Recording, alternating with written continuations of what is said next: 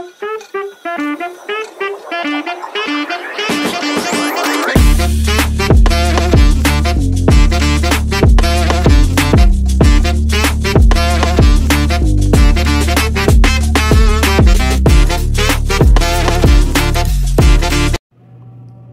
guys, for this video guys, ako po ngayon ay magluluto ng tinulang manok with papaya. Nag-craving lang ako ng tinula guys. Namimiss ko nang humigop ng sabaw. Ayan bali 1 kilo yan. 6 na pirasong malalaking kita. Ayan, andito yung papaya at akin ang nai-prepare. Mayroon tayong luya, mayroon tayong sili, ayan, mayroon tayong bawang, mayroon tayong siling haba at siling manghang guys, at ating sibuyas. At gagamitan ko siya guys ng Mamacita tinola. Yan, first time ito. Yan. So yan. Ang una kong gagawin dito guys ay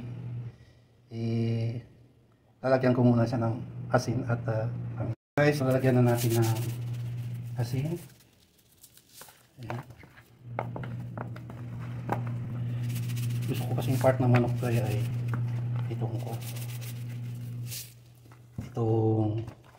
kita. Lagyan natin ng paminta konti.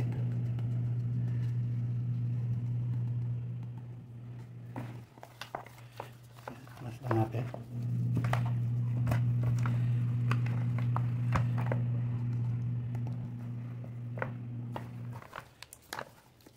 Ayan guys. At lalagyan natin guys ng kunting patis guys. Ayan. Ay, by the way guys, ito palang mga hita na ito guys ay akin na pong napapad sa brine water para mawala yung kanyang mga lansa. Okay. Ayan guys, ito yung manis version guys ha. Kakaiba. Magano muna ako ng konting olive oil.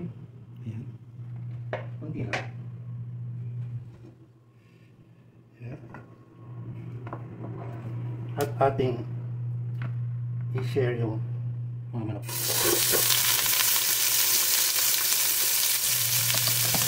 Ilagay natin yung balat sa ilalim para palagasin yung mantika. Nagtawa kami ito guys, ang lalaki ng dito ako.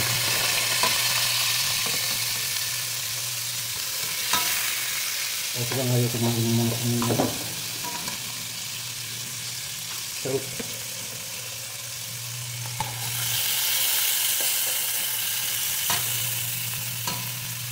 dito kahit para kahit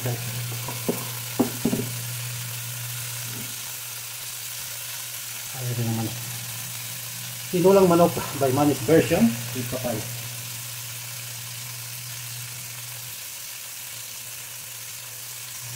Ito natin para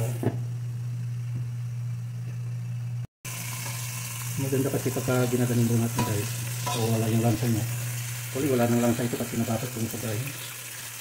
Pero ito yung better. Hindi naman talagang lulutuin.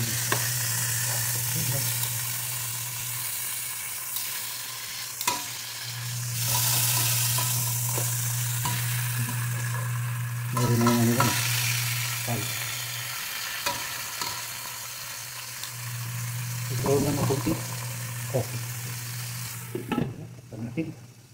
Tingnan natin guys.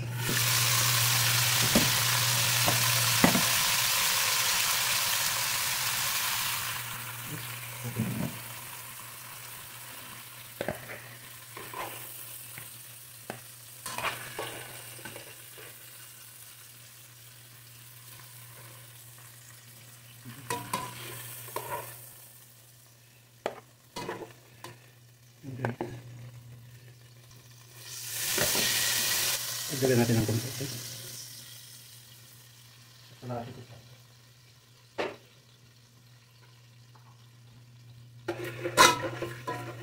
Yan, ilagay na natin ang luya guys.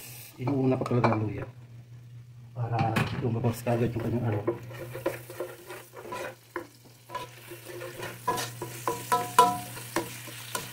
Mas masarap maraming luya. Kasi ganito lang yung luya ko. Kung naman masyadong maraming luya, baka resulta ng tinula ay sa lahat. Sabot natin ang sibuyas. Dalawang piraso sibuyas.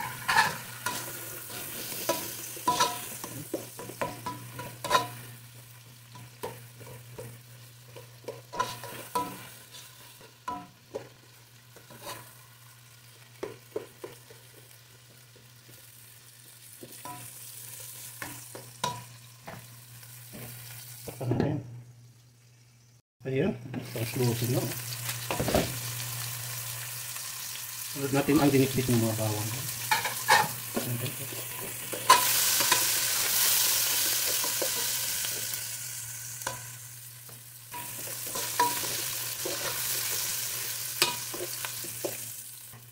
Balik na natin ang mga manok na ating na-fry. Ayan.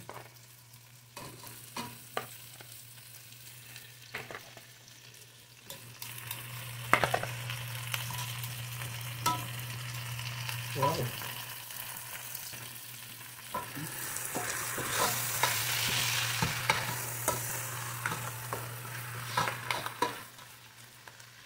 Ang masarap nito guys, kung mayroon kayong hugas-bigas. Ay wala akong hugas-bigas guys.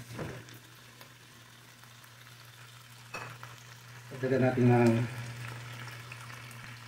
patis. Guys, mayroon akong seasoning. Medyo hot ito guys.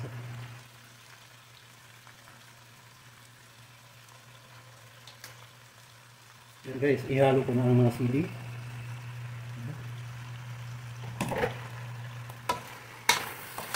Haluin natin para masangkot sa kanyang tubo.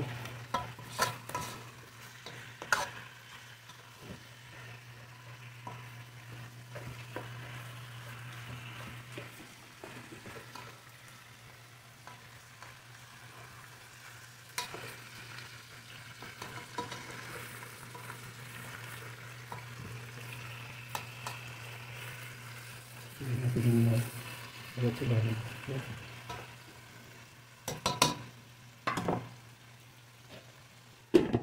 Yan. Mga 2 minutes. Check natin guys. Yun o. Wow. Guys, lagyan natin ng sabaw. Wala tayong hugas-bigas.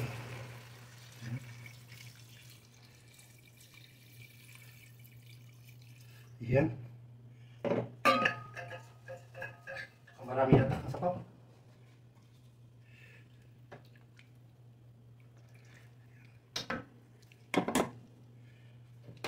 Okay. It's boiled. Tingnan natin guys. Okay.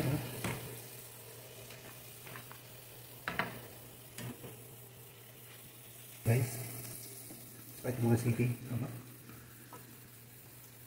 Kahit mga sili na hindi naman maanghang. Yan. Ito natin. Guys, nilagay ko na pala yung papaya. Yung papaya. Saka yung siling haba. Yan. At saka yung tinula na masita. Ito guys, tinula na masita. Saka natin. Check natin guys. Yan. Ating tikman.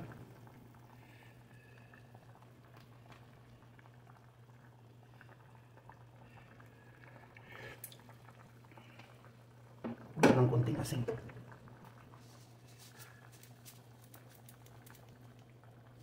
Yan.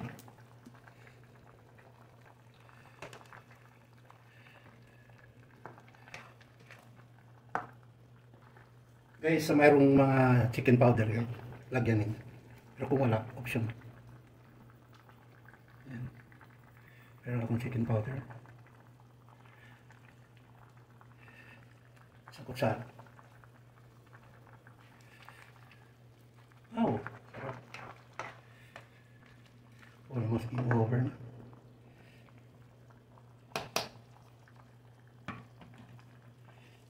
Pa natin. Another 1 minute. Check na natin. Check. Ay ka. Masarap. Game over na ito, guys.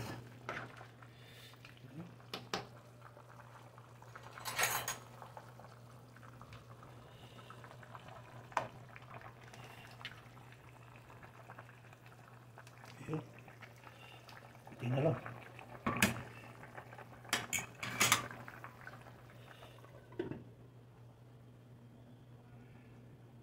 Seconds. Guys, sarap. There is more. Ang dahon ng sili. Yan. Yan.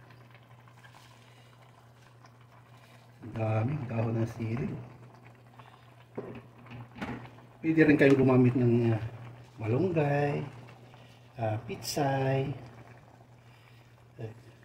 kamuti tops, pwede rin spinach, kung ano lang ang trip nyo. Pero ang trip ko, guys, ay dahon sili. Ayan, game over. Off natin at maghintay tayo sa tikiman portion. Ayan, guys. Oh, init pa, guys.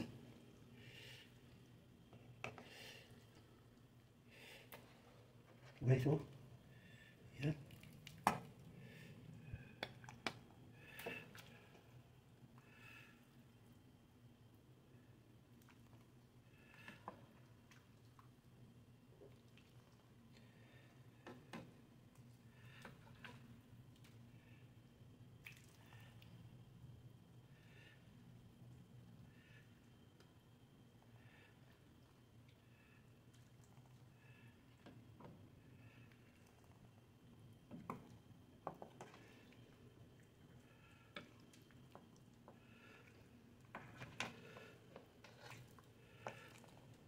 Ayan, oh.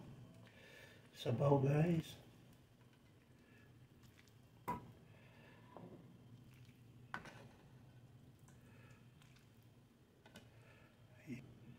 Ayan, guys, nandito na tayo sa tikiman portion at maraming salamat kayo yung nakaabot dito sa portion na ito, na kung saan atin pong matitikman ang Manis version. Tinola with tinolang manok with papaya. Ayan, guys, with papaya, malalaking hita. Ang ating kanin na 0%. Dito pa rin. Ayan, guys, oh.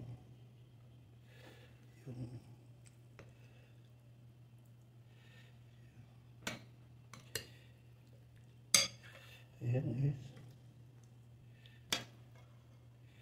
Ayan, oh. Ayan, first bite. Para sa inyo, guys. Thank you.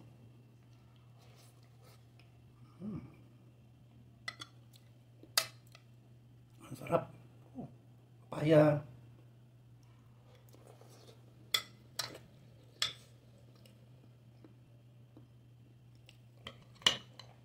Tama-tama lang ano, guys. Papaya, crunchy. Hindi overcook.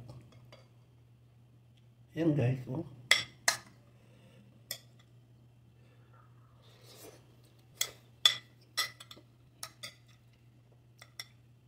Sarap ng papaya.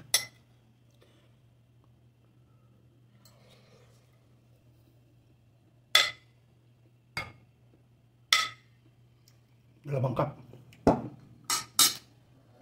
Higop tayo ng sabaw. Kahit mainit dito sa Saudi. Ayan, guys. Try ninyo ang ganito, guys. At sigurado ako 100%. Winner ka na, panalo pa. So, once again, maraming salamat, guys, sa inyong pagsusubaybay sa aking mga cooking version. So, thank you so much, guys. And once again, God bless us always. Bye for now. Thank you.